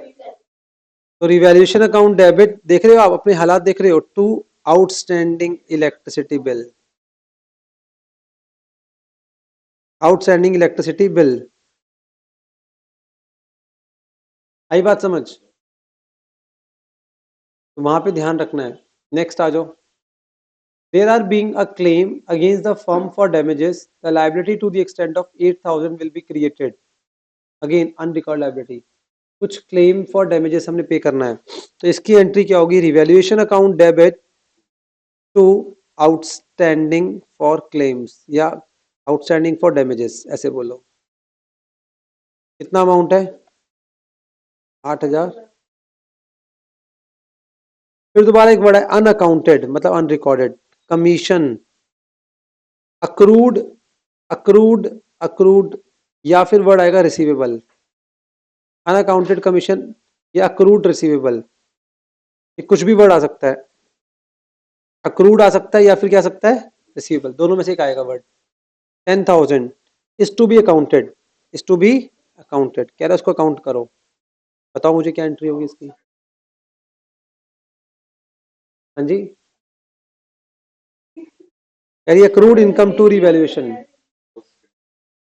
तो यहाँ पे होगी accrued, accrued commission to revaluation, ठीक बोला इसने। अक्रूड वर्ड है, आउटस्टैंडिंग वर्ड नहीं आ सकता, आउटस्टैंडिंग पेबल के लिए आता है, ये रिसीवेबल है, क्या है मेरे बच्चे, रिसीवेबल, एंट्री होगी अक्रूड टू रिवैल्यूएशन, कर लोगे ये। नेक्स्ट आ जाओ। Investment of 2,60,000 revalued eight 3,00,000,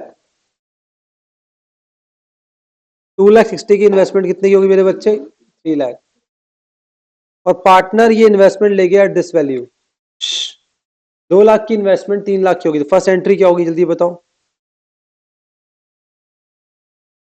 investment to revaluation, कितना आएगा मेरे बच्चे,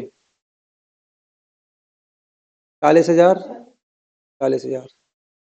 सेकेंड एंट्री जो होगी वो क्या होगी आपकी, partners capital account debit to investment, कितना आ गया मेरे बच्चे, 3,00,000, 3,00,000, ये दो एंट्री पास होंगी इसकी, कोई दिक्कत, ऑल वेल, समझ आ रहा है यहाँ तक, ठीक है जी। नेक्स्ट आ जाओ, अब आ जाओ, यहाँ से हम स्टार्ट करेंगे अपने प्रोविजन फॉर डाउटफुल डेट, शायद ये प्रोविजन फॉर डाउटफुल डेट है या नहीं, देखते हैं अभी हम, ये लो बेटा,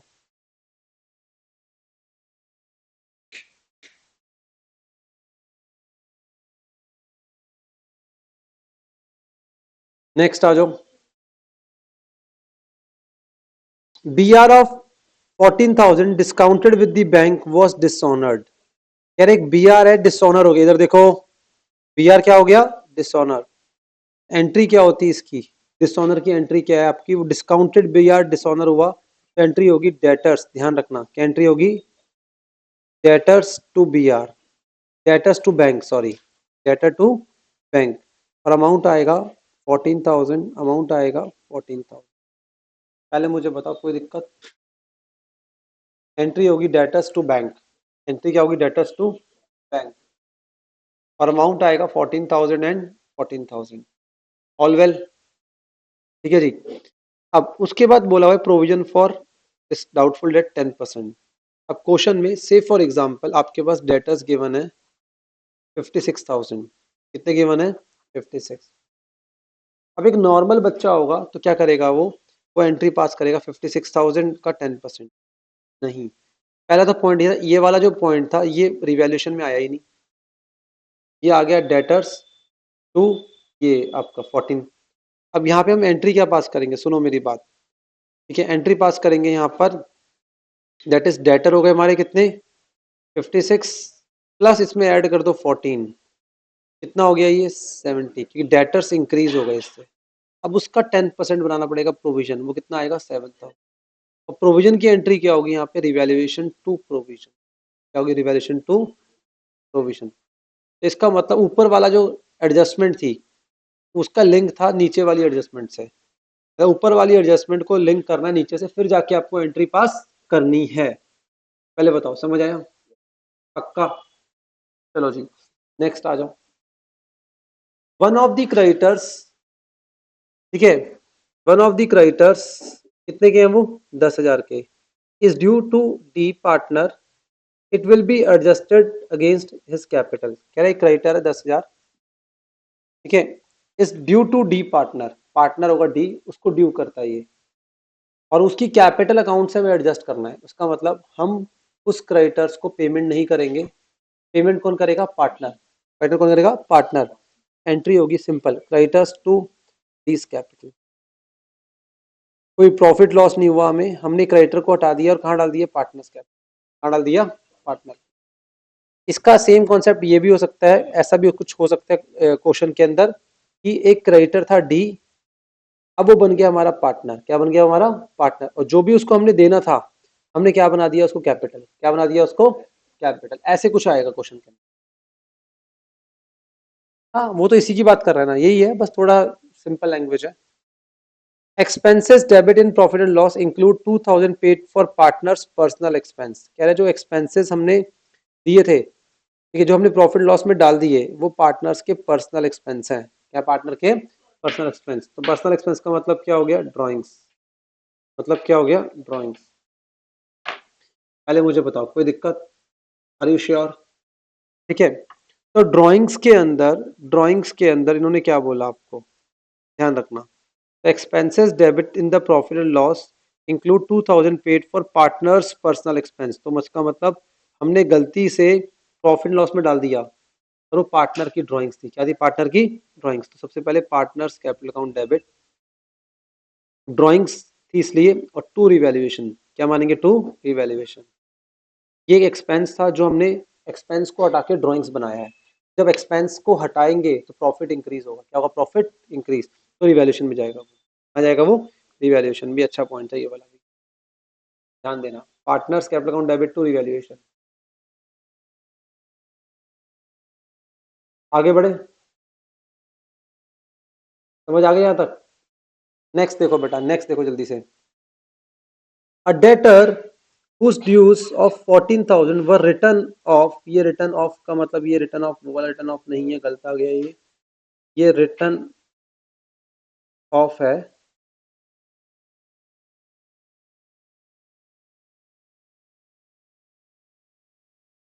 A debtor whose dues of 14,000 were written off as bad last year paid 10,000 in settlement। हमने 14,000 रुपए किसी पर्सन से लेने थे जो हमने राइट ऑफ कर दिया, और अचानक से वो आके कितना दे गया, 10,000। इसको हम भूल गए थे, ठीक है, मतलब भूल गए मतलब क्या हो गया, राइट ऑफ कर चुके हैं। क्या कर, वर रिटर्न ऑफ, वर का मतलब ऑलरेडी हम राइट ऑफ कर चुके हैं।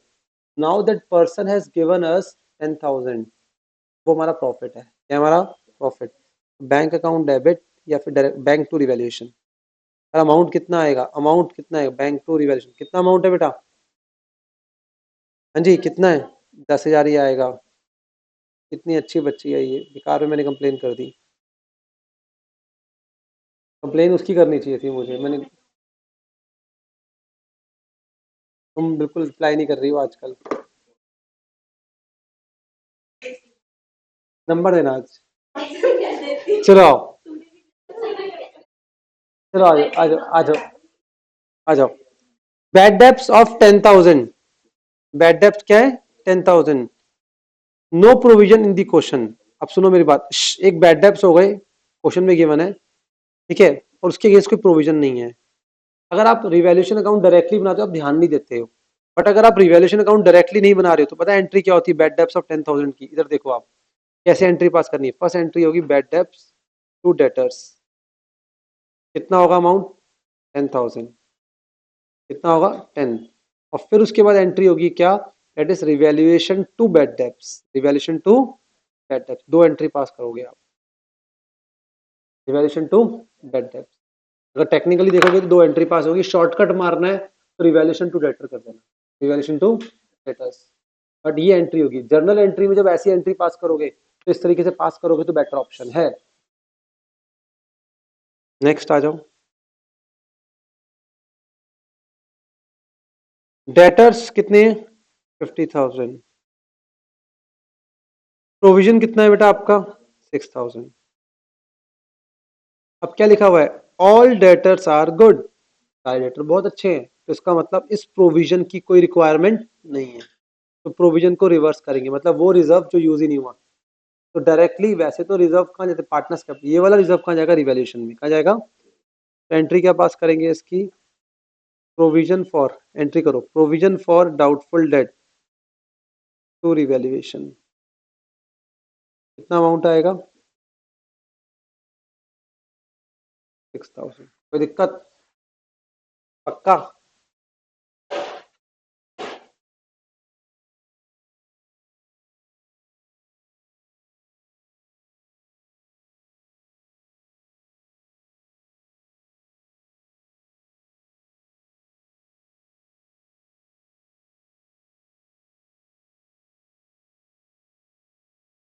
डेटर कितना है? 50। प्रोविजन कितना है? 4। कोई दिक्कत? एडजस्टमेंट क्या है? प्रोविजन फॉर डाउटफुल डेट कितना है? 10%। कितना है? 10%। सुनना मेरी बात। अब क्वेश्चन के अंदर, अब ये जो अमाउंट है 44,000, 46,000 भी है और 50 भी है। सबसे पहले क्वेश्चन आता है कौन सा अमाउंट हम लेंगे, 50 लेंगे या फिर 46? तो जब मैं बोलूंगा यहाँ पर अगर प्रोविजन है तो यहाँ पे जो न्यू प्रोविजन बनाएंगे, इधर देखना, न्यू प्रोविजन बनेगा 50,000 का 10%, ना कि 46 का। ये कंफ्यूजन हो सकती थी। माइनस ओल्ड प्रोविजन कितना है हमारे पास? वो है आपका 4,000। कितना है? 4,000। और जो बैलेंस निकल के आया, बैलेंस कितना था हमारा? बैलेंस कितना है हमारा? 1,000।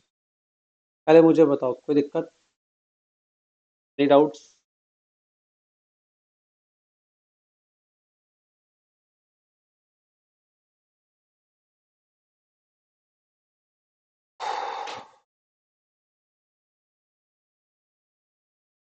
डेटर्स कितने हैं? 50,000। प्रोविजन कितना है? 6,000। और डाउटफुल डेट कितना है? अब इधर देखो, अब provision for doubtful date new, new provision create होगा 50,000 का 10%। कितना होगा? 5,000। माइनस ओल्ड प्रोविजन कितना है? ऑलरेडी जो दिखा है आपका 6,000। और माइनस कितना हो गया? 1,000। ये क्या हो गया हमारे पास? न्यू प्रोविजन कम चाहिए, ओल्ड प्रोविजन क्या है? ज्यादा है, तो ये रिवैल्यूएशन के क्रेडिट साइड में आएगा। आएगा मेरे बच्चे क्रेडिट साइड में, और ये रिवैल्यूएशन के डेबिट साइड में आना था। क्या था ये मेरे बच्चे? ये वाला डेबिट साइड, ये ध्यान रखना। कोई दिक्कत?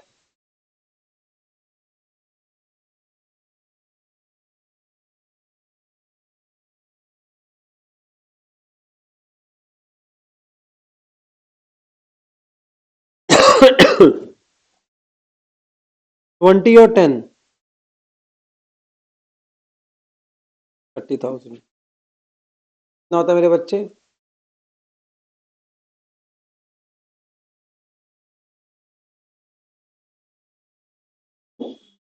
वर्ड क्या है? Trade receivable. वर्ड क्या है? तो ट्रेड रिसीवेबल दोनों आते हैं, डेटर भी आता है बीआर भी आता है। तो प्रोविजन जो बनेगा 10% दोनों का बनेगा। कितना हो गया? 3,000। अगर वर्ड क्या लिखा हुआ है, तो प्रोविजन कहाँ जाएगा आपका? रिवैल्यूएशन के डेबिट साइड में। और एंट्री क्या होगी? ये भी एंट्री समझ लो, तुम कि कंफ्यूज हो जाओ।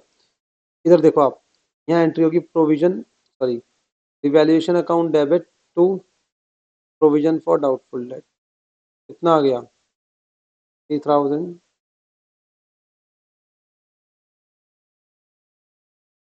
कोई दिक्कत? पक्का? समझ आई ये वाली बात?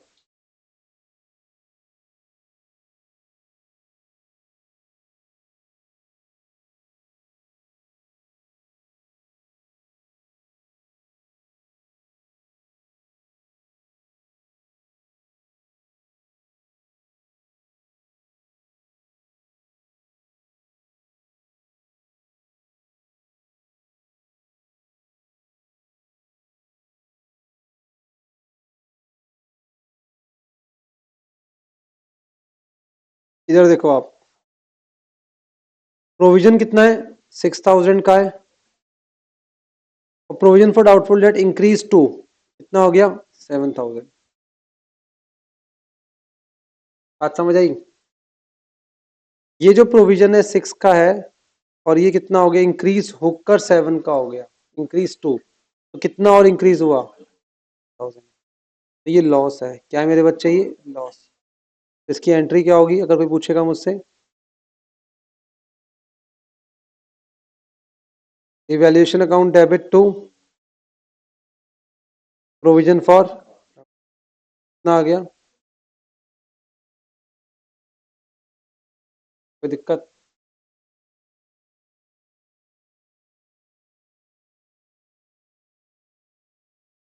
मेरा सेम रिपीट नहीं हुआ ये, provision for doubtful date increased by, क्या है मेरे बच्चे, इंक्रीज्ड बाय 7000। तो इसका मतलब ऑलरेडी प्रोविजन पहले 6 था, और कितने से और इंक्रीज हो गया, 7 से। लॉस कितने का हो गया, evaluation to provision for doubtful debt कितना हो गया आपका, नहीं बेटा 7000 का ही लॉस हो गया, भूल गए, ये ऑलरेडी रिकॉर्डेड लॉस है, ये और लॉस बढ़ गया हमारा। तो आ जाओ,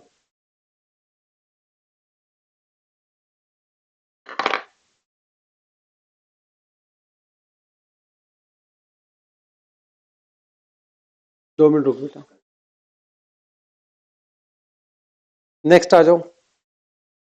50,000 डेटर्स, 6000 का हमारे पास कैश के अगेंस्ट प्रोविजन है, और provision for doubtful decrease by, word क्या, डिक्रीज बाय, यहाँ प्रॉफिट हो गया, तो provision for doubtful date decrease हो गया, कितने से डिक्रीज हो गया,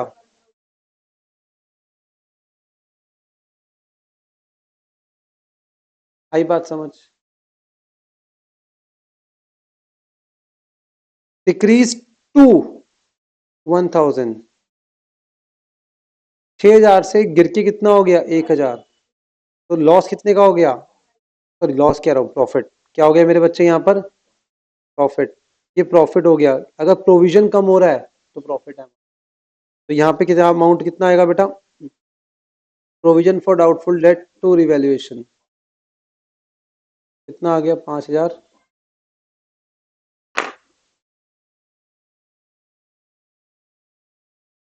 ऑल वेल, समझ आई ये वाली बात?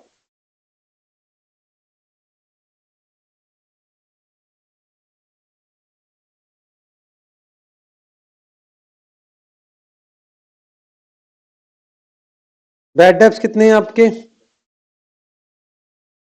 10,000, और प्रोविजन कितना है हमारा, 12,000। अब मुझे बताओ कैसे करेंगे आप, जल्दी बताओ।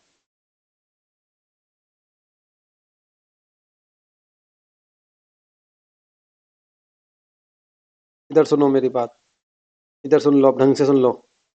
प्रोविजन फॉर डाउटफुल डेट कितना था, 12, और उसके अगेंस्ट बैड डेब्ट्स कितना हुआ, 10। अब इसकी एंट्री क्या होगी, मैंने सिखाया था थोड़ी देर पहले, फर्स्ट एंट्री होती है bad debts account debit to, bad debts account debit to debtors, कितना आ गया, 10 और 10, 10 और 10।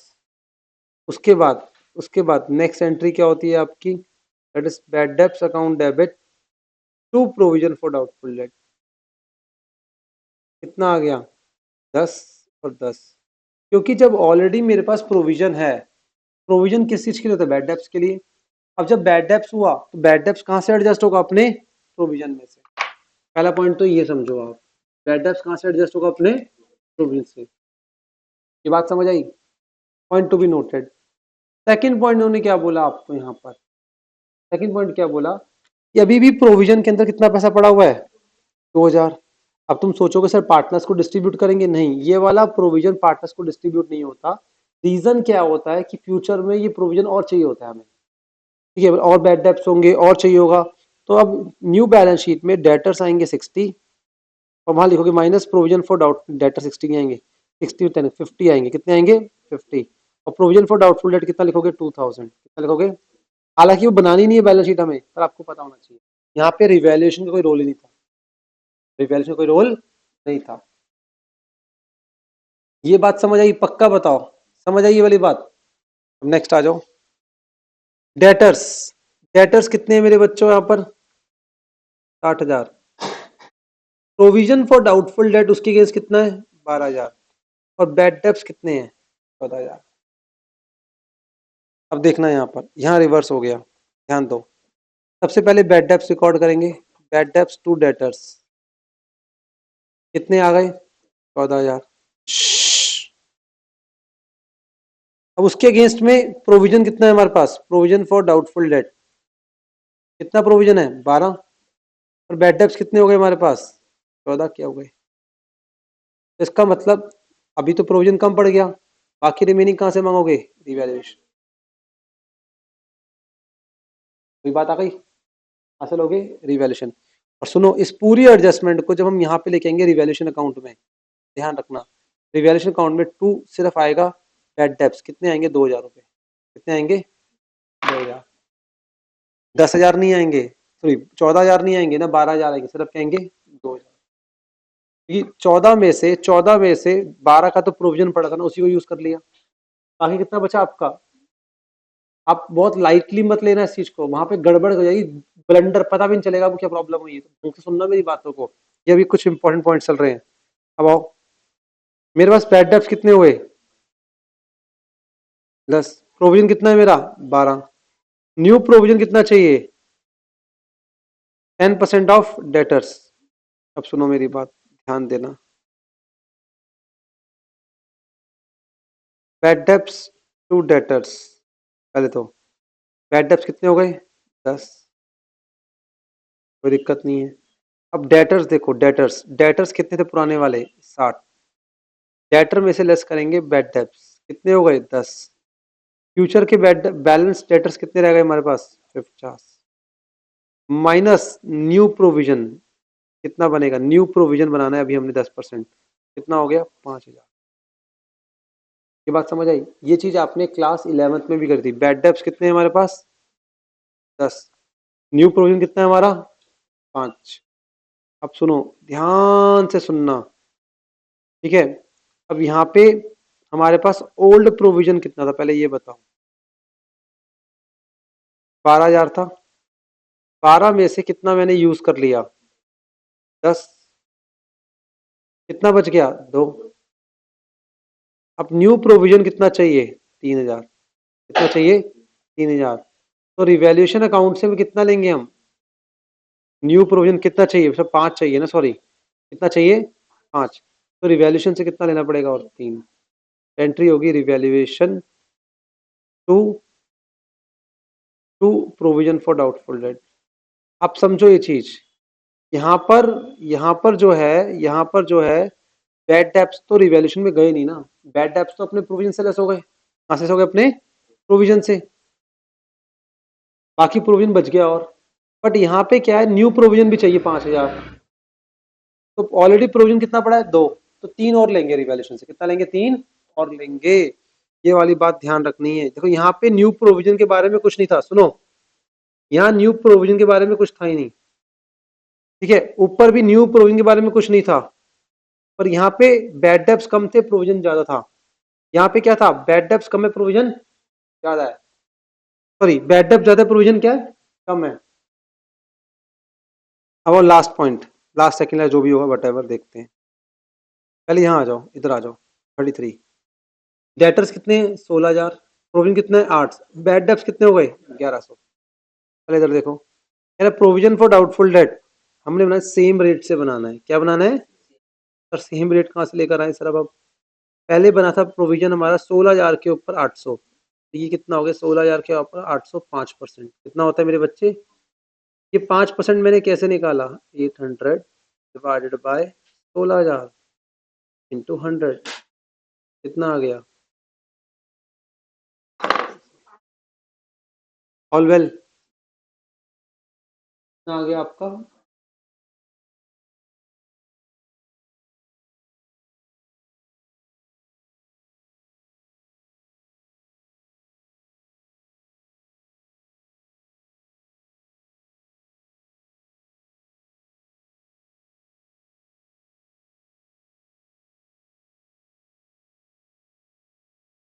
अब सुनो मेरी बात, बैड डेब्ट्स कितने हो गए हमारे?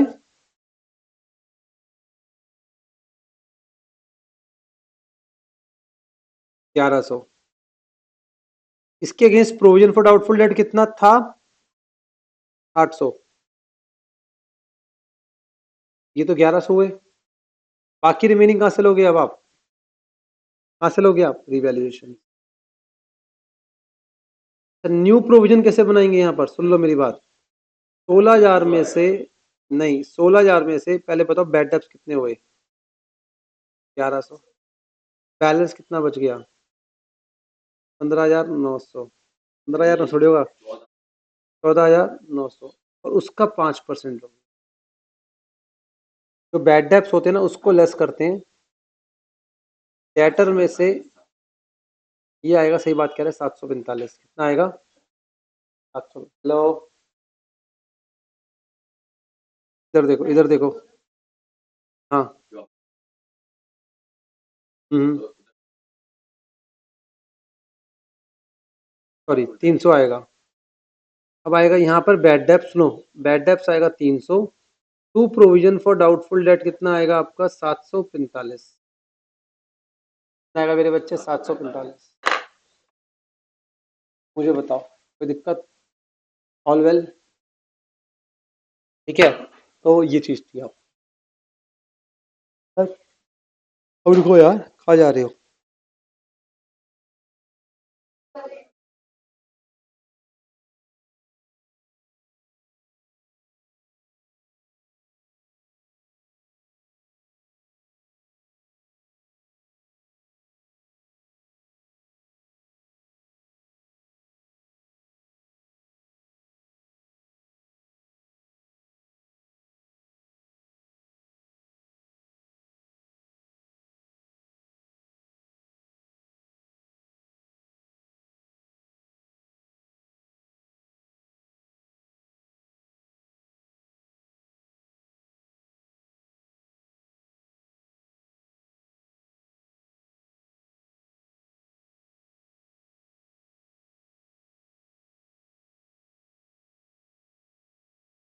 जर्नल रिजर्व कितना है आपका?